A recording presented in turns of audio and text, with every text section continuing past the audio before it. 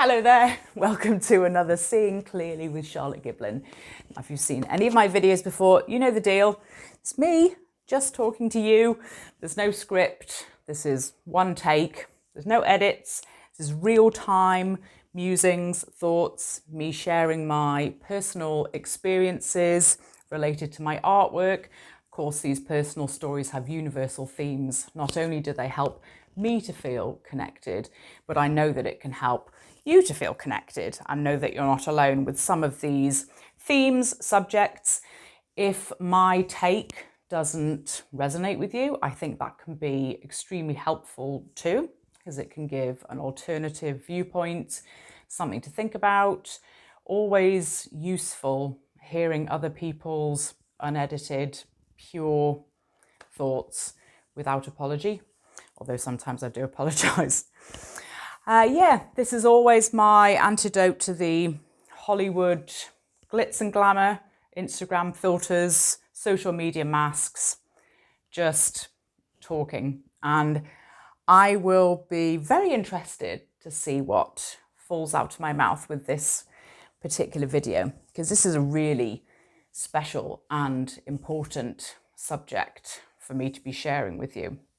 And as soon as this painting commission became a reality, as soon as the discussions were had, I was already thinking about the impact that it was going to have on me as an artist, as an immigrant, as an English person in New Zealand, and how this is creating the most incredible overarching connecting bridge between all of the themes of my work. And I don't just mean my artwork, I mean the work that I've been doing all of my life since I was an early teen. If you've seen any of my videos, you know my themes.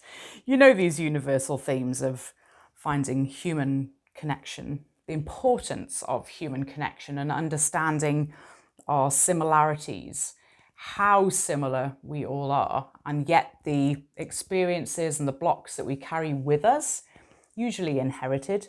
And I do say we because I know I'm not the only person who is subject to influences that I've inherited. It can take a long time, some people a lifetime, to work out what belongs to themselves, what they've inherited, and working out their own identity as an individual, making their way, trying to find purpose.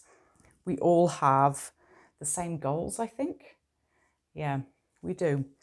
And this painting has been relatively controversial on some levels to create, and it has also given me the most remarkable sense of hope.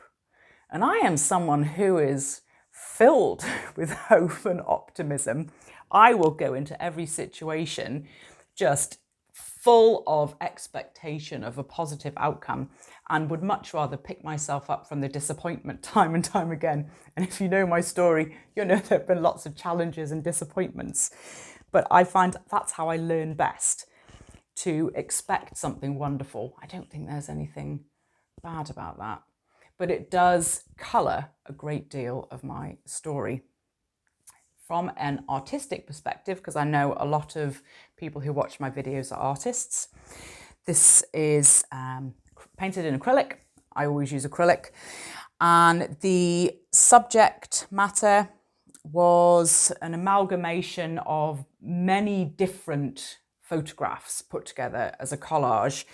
And I actually really enjoy that problem solving process. A great deal of maths involved with had 3 different photographs of Kias, the bird here, and none of them were quite right. And the client wanted me to really turn up the colours and make it really bright and bejewelled, which is just the perfect request for me. You know my paintings are bright. And he had photographs of the bonnet and of the kitty, the bag. And I needed to sort of put all of these different things together and a little bit of imagination, soft background. The focus needs to be on the woman and the 3 triangular objects, the bird, the bonnet, and the bag. That's where the story is, as well as the writing, of course. course, you'll be exploring the painting more than you'll be looking at me in this video, which is the right way around. But when I get given a commission project like this, it's amalgamation of the logical side of myself and the intuitive creative side. And when I get to marry those two sides together, it's very, very satisfying because it becomes a technical exercise as well as using some imagination and bringing into the painting the emotion of the client and what the client wants from the picture. At the end of the day, it doesn't belong to me. As soon as I have finished it, it's not mine. I feel like that with any of my paintings, but in particular, of course, commissions, I'm not making them for myself. I am channeling somebody else's artistic vision and their story into a picture. So I'm using my skill set, my emotional skill set and my technical skill set, but the painting no longer belongs to me. So I'm going to tell you a little bit about the story behind the painting, but I'm chiefly going to focus on my connection with the client and my particular take, what this is saying to me and why it's so important. Of course, there's a whole other side of the story, which is the client's own story. And as you know from many of my videos, all my writing, I'm only ever talking about my experience. I know that my experiences are not unique, and I am using my voice to share worries, fears, triumphs, challenges, the hope, the joy, all of those aspects of the human condition. But I'm not putting anybody else's story on top or trying to override their themes, their story. This is my take on this painting. But the background, this painting, if you've seen any of my Instagram videos or YouTube shorts, you probably know that a couple of months in the year, I sit in the window of Jane's Gallery here in New Plymouth and I paint. And I usually paint native New Zealand birds in a very realistic way. It's a wonderful experience for people to watch me paint, and they can come in and talk to me about the work. And I've been in their new location for 2 years, so 4 times I've been in the window, and each time this gorgeous Maori gent has been coming in, so knocking on the window, waving to me, coming in and having a chat. And he's a carver, does beautiful wooden carvings. So he showed me his carvings and we talk about art, talk about our art experiences. And that has been extremely helpful for me, really positive experience to have those conversations. And this last time that I was in the gallery, he came in with more enthusiasm than usual. And he'd had this idea brewing, I think, for quite a while. So he's thinking about his legacy. He's in his 70s. He's thinking about the legacy that he is leaving his children, and also documenting the taonga, the treasures that he's been collecting over the years, which tell the story of his ancestors here in New Zealand. And he had these ideas about amalgamating the colonial settler, invader, however you want to think about that, colonial woman here wearing the bonnet made of kea feathers, and the story of this kea saying, what a relief, my mother died for a noble cause. So a little bit of sarcasm there, but telling the story of this bird and the bonnets, the accessories that were made for the colonial women when they were settling here, mostly made by the Maori inhabitants, and that story. Now, I'm not even going to begin to butcher the beautiful Maori language with my English accent, but I will be talking about language later. In fact, we had a lot of discussion about the wording, and I came up with the English version because I understood exactly what he was trying to convey, the story he wanted to tell. And the word, he asked me why I put the phrase noble cause in there. And I recognize the arrogance of the English explorers, settlers, invaders, and the class system in the UK and around the world, which still exists, and this idea of the white settlers feeling above the indigenous inhabitants, feeling like they are the nobility and everything belongs to them, that they deserve to take what's there. So obviously a little bit of a play on the word noble, very tongue-in-cheek, very self-aware, very knowing.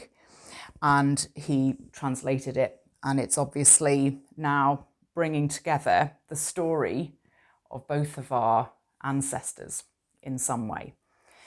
Now, the subject in itself is maybe not controversial because it's something that is part of our collective history, not something necessarily that I can be proud of as an English person, but I'm not personally responsible either. And what was so beautiful about this connection between two artists was the cultural divide was bridged with this human desire to tell a story without any kind of judgment or blame. And that has been the key, and so incredibly encouraging for me to feel and to see that bridge being connected. I mean, he took a risk asking me. He could have received a very frosty response from me. How dare you suggest that I want to paint this terrible story, or starting to bring in elements of tit for tat blame. Well, the bonnets were, we paid for the bonnets. The bonnets were paid for. We were helping. Or I could have given a completely different kind of answer. But he took a risk. He trusted in the bonds that we'd built up as artists, as creative human beings, in sharing our stories so far.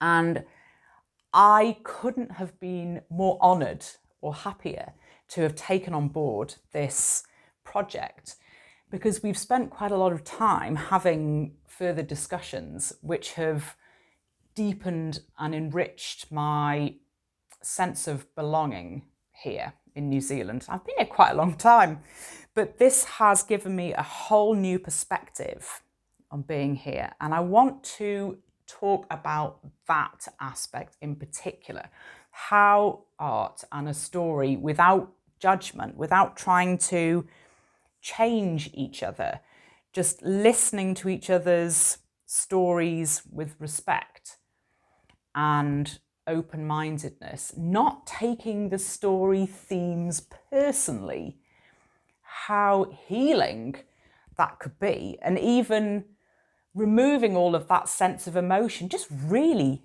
interesting. I mean, one of the really fascinating elements of the connection with this wonderful gentleman has been discovering how different our attitudes to our work is.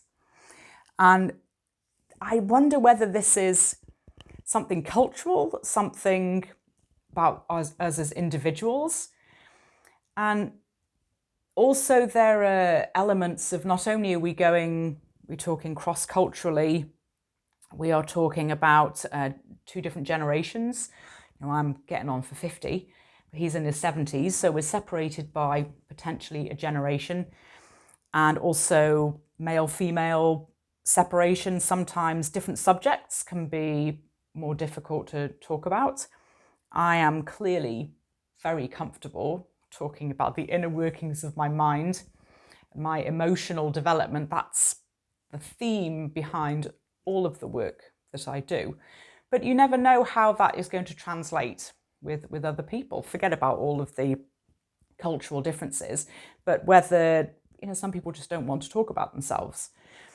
And one of the questions that he asked me very tentatively was about, and he preceded it with, oh, can I ask you a really personal question? I said, brilliant.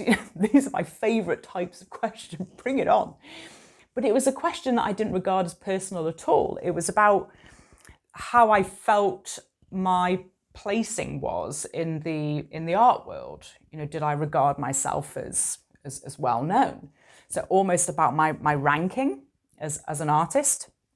And I really thought about that afterwards, as why did I not take that as a personal question at all? And I think this is one of a fascinating difference between many different cultures. I think in the West, we are so often defined by what we do, what our job is. If you're at a party and you're meeting people for the first time, or a gathering, what do you ask? Or what do you do? And what we mean by that is, how do you earn money? And very often the way that people earn their money is not what they really love doing, but we define people by the choices they've made for employment and the choices that they've made for how they occupy their time, their block of time, where they spend most of their life pouring their energy and expertise into it.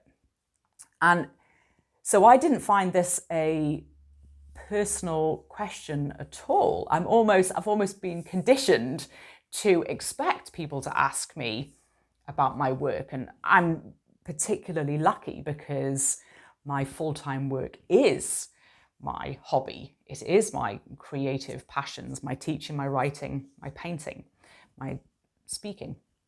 All of those elements define me. And I have chosen to make financial sacrifices to be defined by my work. But then we spoke even further about our attitudes to our artwork, and he's very clear that all of his carvings, ones that have gone to family overseas, even just to Australia, very clear that he wants all his carvings, all of his artwork to come back to New Zealand and be in New Zealand. It belongs to this land. Whereas my attitude to my paintings is that I want them to go as far out as possible. I want them to explore. I want them to connect with people as far away as possible. The universal themes of my paintings, I feel like I want them to have a say as far away as they can.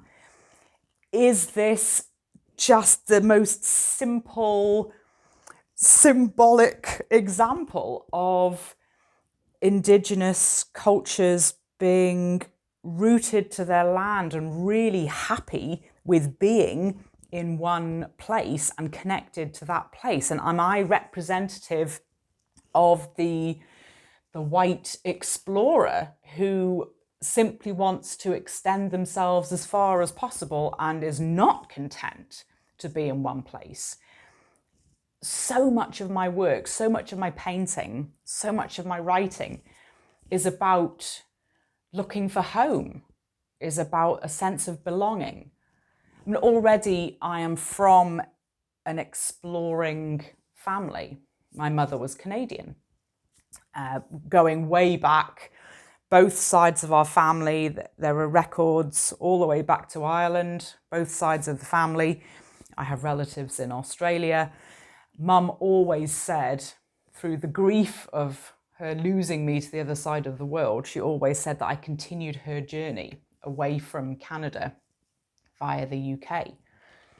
So is there this sense then that, is it just built into me, to us as Westerners, that is what we do? And how do we then change that approach to our art and to our yearning and searching for home and a sense of belonging? And we see reflected the contentment of so many Indigenous cultures who don't want to go anywhere. This is not about money and that might be an element. It's certainly not in the case between the client and me. There's already a history of traveling within my family, and I've taken that on even further, and that has gone into my work. So why has this relationship had such a big impact on me? And of course, everybody has context and experiences to explain the importance of certain events in their lives. And for me, well, it's quite important to know, and this is apparently very radical thing to say, but when I first discovered New Zealand, I was 19 or 20 in the UK.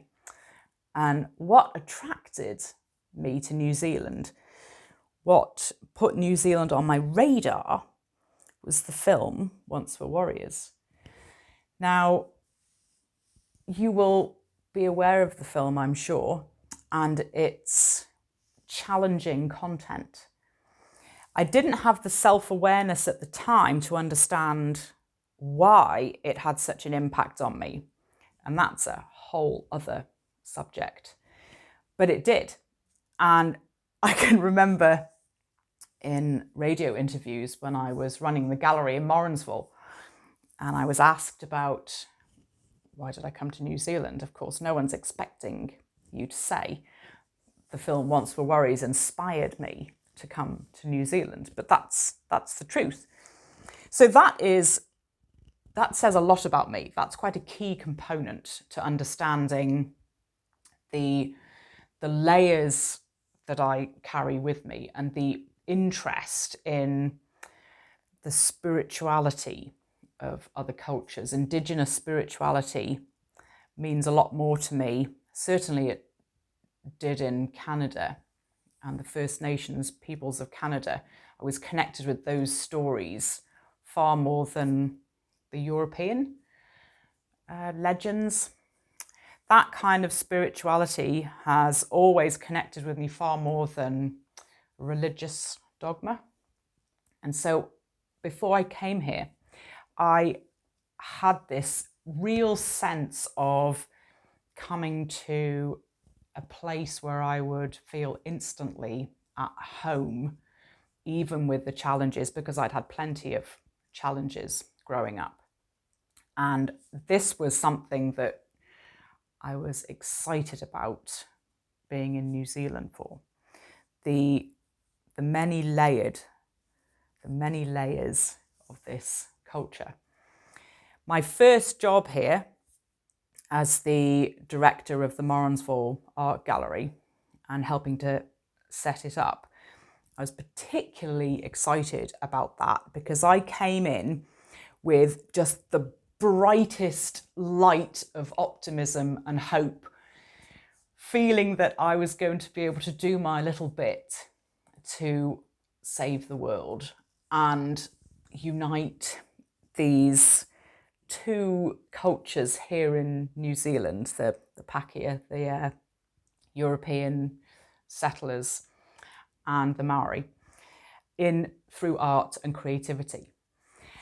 And it didn't take long for me to discover that not only did these two halves of society here not particularly want to be connected, but that I was doing exactly what I hadn't wanted to do, which was to come in and impose any kind of old-fashioned idea onto somebody else. I wanted to be an inspiring piece of glue that would bring people together.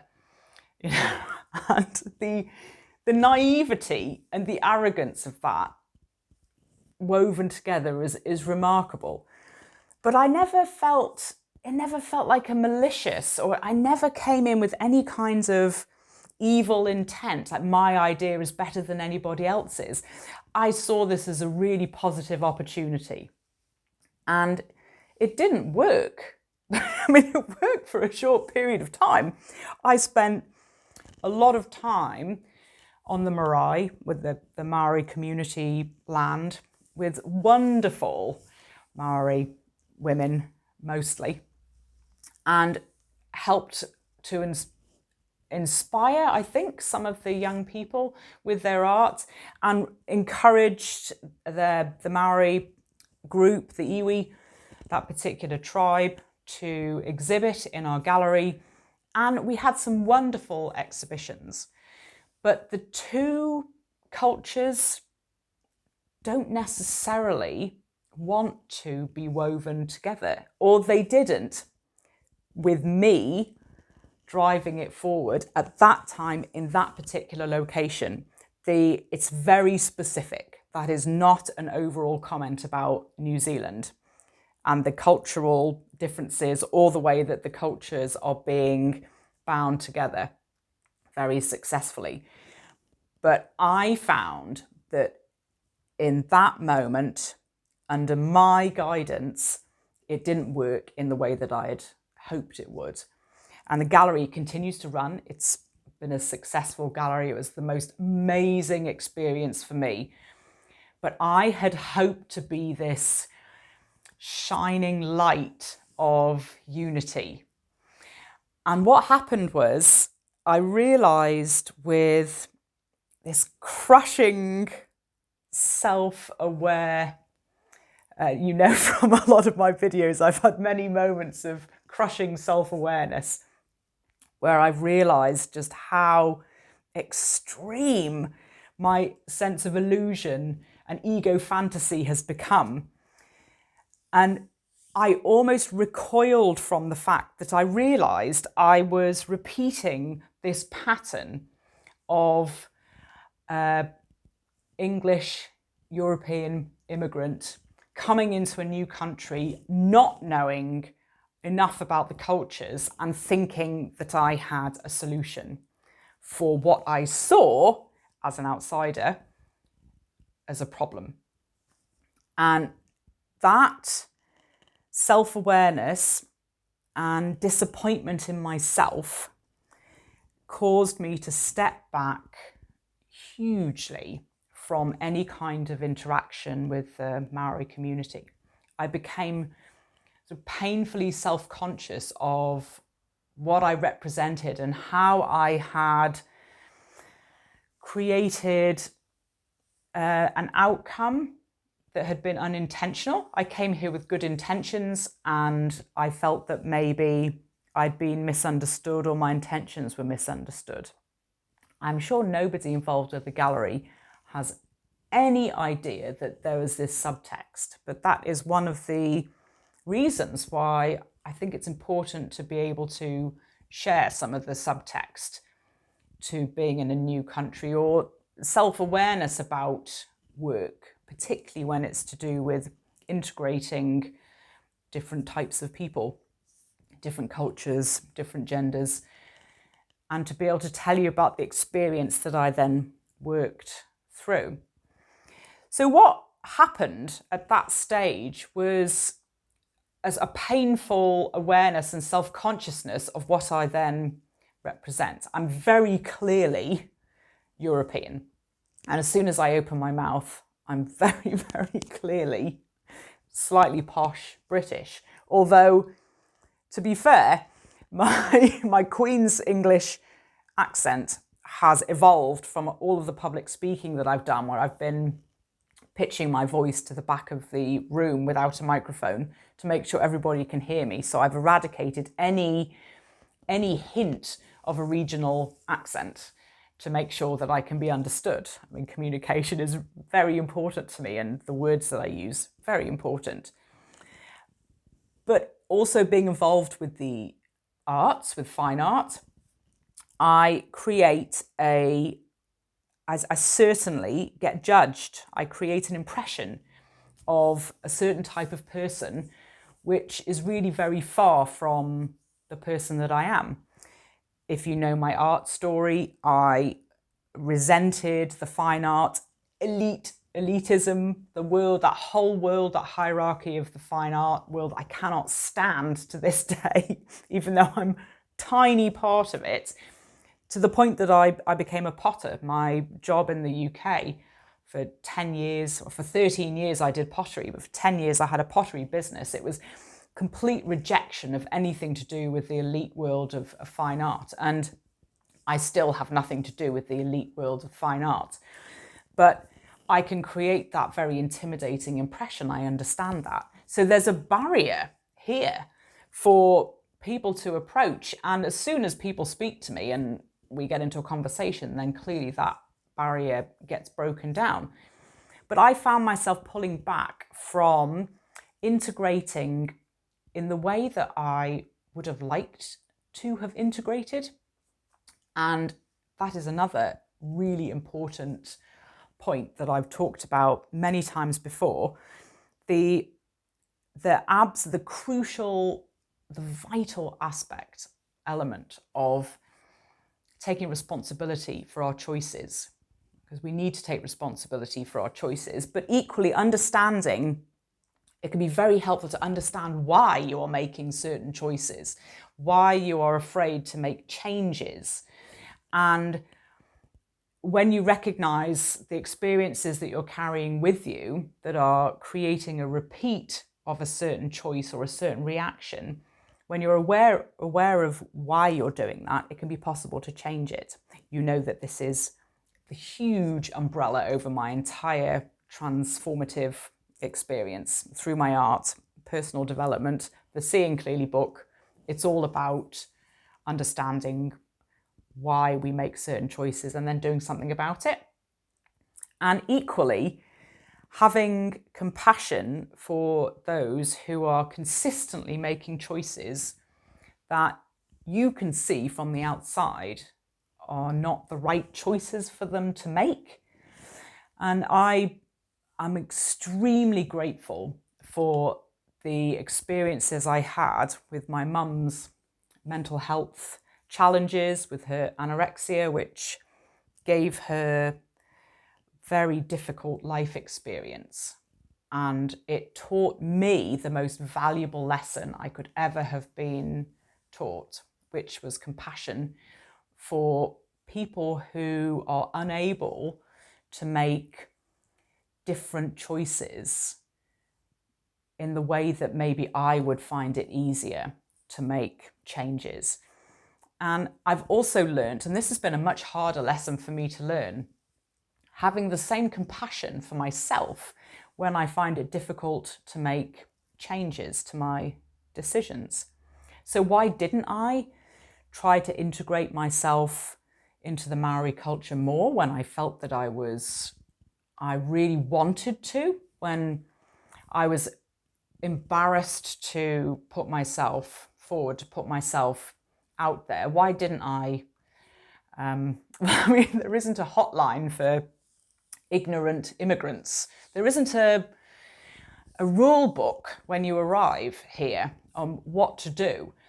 And I can remember when I was with the Morrinsville Gallery and involved with the local iwi and being invited onto the marae and being part of the welcoming ceremony, which was, I was only 5 minutes off the plane, and this was incredibly important for me. I felt so honoured and very, very keenly didn't want to make any mistakes with etiquette.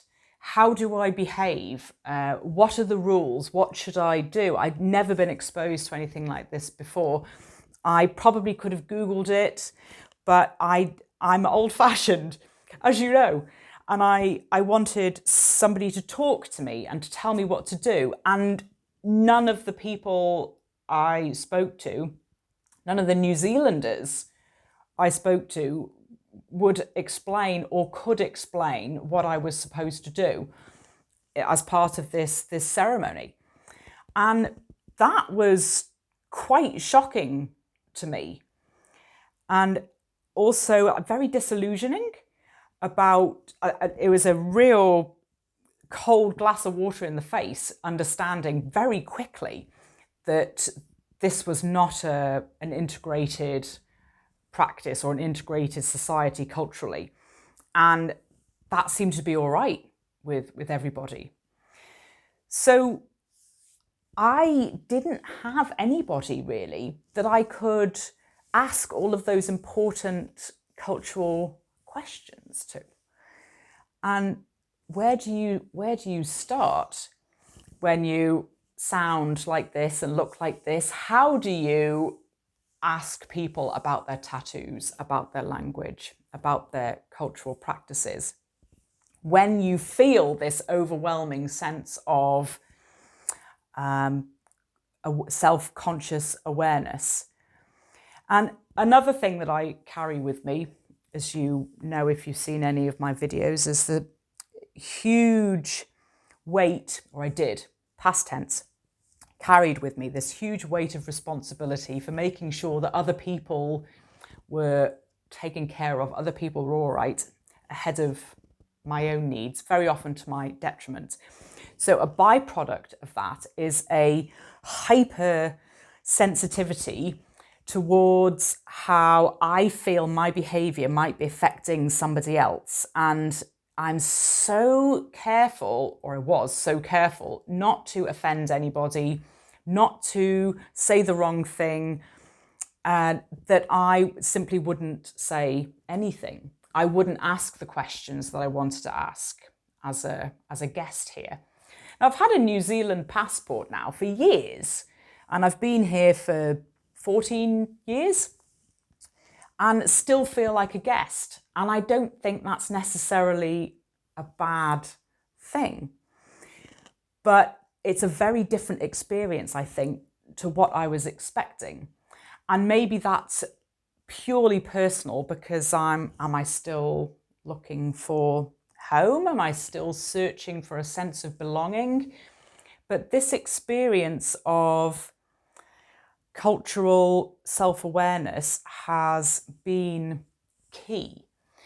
And one of the main parts of that is to do with language. Now, for 17 years, I lived in Cardiff, in Wales, and I'm completely used to a bilingual society there. All of the road signs are in Welsh and English, have been for the longest period of time. But I discovered that as Welsh was becoming much more fashionable, I think, amongst, certainly in South Wales. In North Wales, I think it's spoken a lot. But in South Wales, it was starting to be revived again. And my personal experience was that the Welsh speakers, the Welsh people, didn't want the English people who lived in Wales to speak Welsh.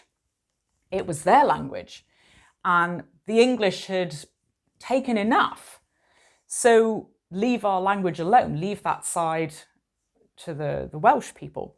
So I brought that experience with me here.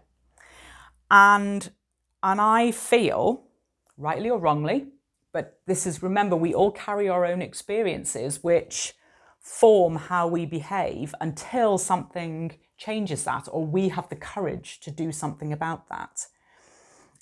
I felt that unless I was going to speak Te Reo, the Maori language, perfectly, is it more disrespectful to try to butcher the pronunciations?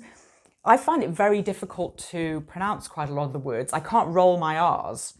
The English language has made it very difficult to speak a lot of other languages well. And there's a rhythm and a richness to Te Reo, to the Maori language, which I find really difficult to form in my mouth, to actually say the sounds. I speak French and German. It's not that I only speak English, but I felt that it would be more respectful, based on my experience in Wales, to not come here as an English immigrant and to try and take over the Maori language as well as everything else that me and my kind have taken over. And that is clearly not going to be everybody's experience or even everybody's feelings about it. And I've been able to ask this wonderful client of mine so many of these questions. And it's almost like I was ready, I was waiting for somebody to come in to give me an opportunity to change my behavior, to start asking those difficult questions. And this is where opportunity is key. And not just opportunities. When Westerners talk about opportunities coming along, very often we think about work opportunities, financial opportunities, ways we can get ahead. But emotional opportunities are just as important. Well, and of course, no, they're more important. They're more important. And there were enough pauses in the conversation with this wonderful man for me to say, can I ask you these questions? I was fascinated by his face tattoo, which is of a design I've never seen before here. It's very geometrical and made up of lots of little X's, lots of little crosses. And I've only ever seen the curve, the spirals. So this was a completely new design for me. And it might sound ridiculous to you, but finding the right tone, finding the courage to ask somebody about something culturally so significant, which is so different from my experience, that took a little bit of extra courage. I was surprised that it took a bit of extra courage for me to be able to ask. But once I had, it was fascinating. He was able to explain it to me, and we've had wonderful conversations about so many different elements of his culture and my culture. I mean, he's just as interested in the differences that I have compared to him. And we talk about families. We're joined together by our storytelling. We're both creative storytellers and are pouring our spirit into legacy. And that has been the most incredible experience for me.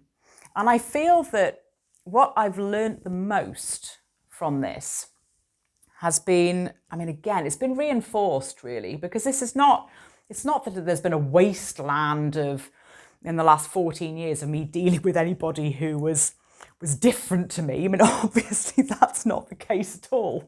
I'm dealing with different types of people constantly who have different stories to me. This is what gets me up in the morning. Connections with human beings, human stories. I'm fascinated by the journeys that we all go on. What drives us? What brings us together? And I feel that if you can ask what might be regarded as a difficult question with absolute respect and a purity of intent, then also you can't be responsible if your pure intention is taken differently by the person who receives the question. So always coming from that place of respect and honouring even somebody's choice to say, no, I'm actually not comfortable talking about that, and not taking it personally, respecting somebody's boundaries, but being able to show an openness without wanting to change somebody. This has been, telling this story has been the most wonderful experience of non-judgmental connection, human connection, recognizing that there are very difficult aspects to both of our histories, and particularly the ongoing history in New Zealand and Indigenous people all over the world who have harrowing stories of the settlers who, I mean, just harrowing stories. You know the stories. But this has been such a welcome, optimistic blast of brightness to show we can completely set aside any sort of resentment and just form a relationship based on the connection of creativity, based on a connection of human experience. And at what point, which is easy enough for me to say, isn't it? But at what point are we able to set aside blame and feelings of revenge and resentment to actually move on? That's a huge question, isn't it? And we can only ever control the experiences that we have. And this experience that I was able to have some control over with the questions that I asked, with the way that we responded to one another, agreeing to do this project, and the way that that relationship has developed and become a really rich cultural exchange. It has just proven to me that I don't need to be quite so self-conscious about my history or my intentions either, and that we can form these wonderful, unexpected relationships. It's not that I'm suddenly going to get tattoos or make any changes or suggest that he starts selling his work overseas and doesn't have it all coming back to New Zealand. Neither of us is trying to change the other. But it has definitely changed the way I feel about my place in New Zealand. And what's particularly beautiful is that because of the tonga, the treasures that are represented in this painting, and the spiritual nature of the story in those elements, before the painting can leave my studio, it's going to be blessed. And there'll be the karakia, the Maori songs, the spiritual chants, and they'll come into my home, into my studio space, and perform this ceremony. And when the last time that happened, I was in Morrinsville with the gallery. Also, my partner and I had our home blessed as well. And as I said earlier, that kind of spiritual, cultural practice resonates with me incredibly.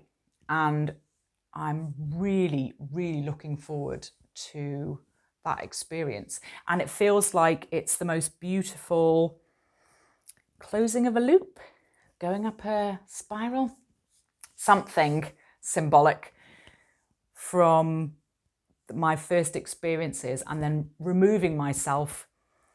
And I had so much personal work I needed to do, and artistic work, and all of the development that's happened in between. And it's been in the last 4 years or so when everything has suddenly come together, and I've been able to bring out this different version of myself, which has been, you know the stories, you know the videos, but this actually weaves together just about every element of my ongoing work, my art practice, everything that I hope to be able to achieve as an artist, as a human being here in New Zealand. And it's enriched my experience enormously, as well as bringing up a lot of those difficult subjects which are still danced around here in New Zealand. And I'm not enrolling myself in any classes to learn Te Reo. I still am keeping relatively to my lane, and that's okay as well. But this relationship and this painting now symbolises a total transformation of my experience here. That's quite some musings in one take, isn't it? I impress myself. Yeah, a lot of food for thought there. As always, I welcome your thoughts and comments and feedback. If you're an immigrant somewhere, how has your experience been? How has it differed? If you live in New Zealand, do you have any comments, thoughts? Always welcome any kind of discussion around this really important topic, but most importantly, just the wonderful connection that exists. And thank you so much for being part of this story and being part of my connection to New Zealand by listening. Thank you so much. I'll see you in the next one.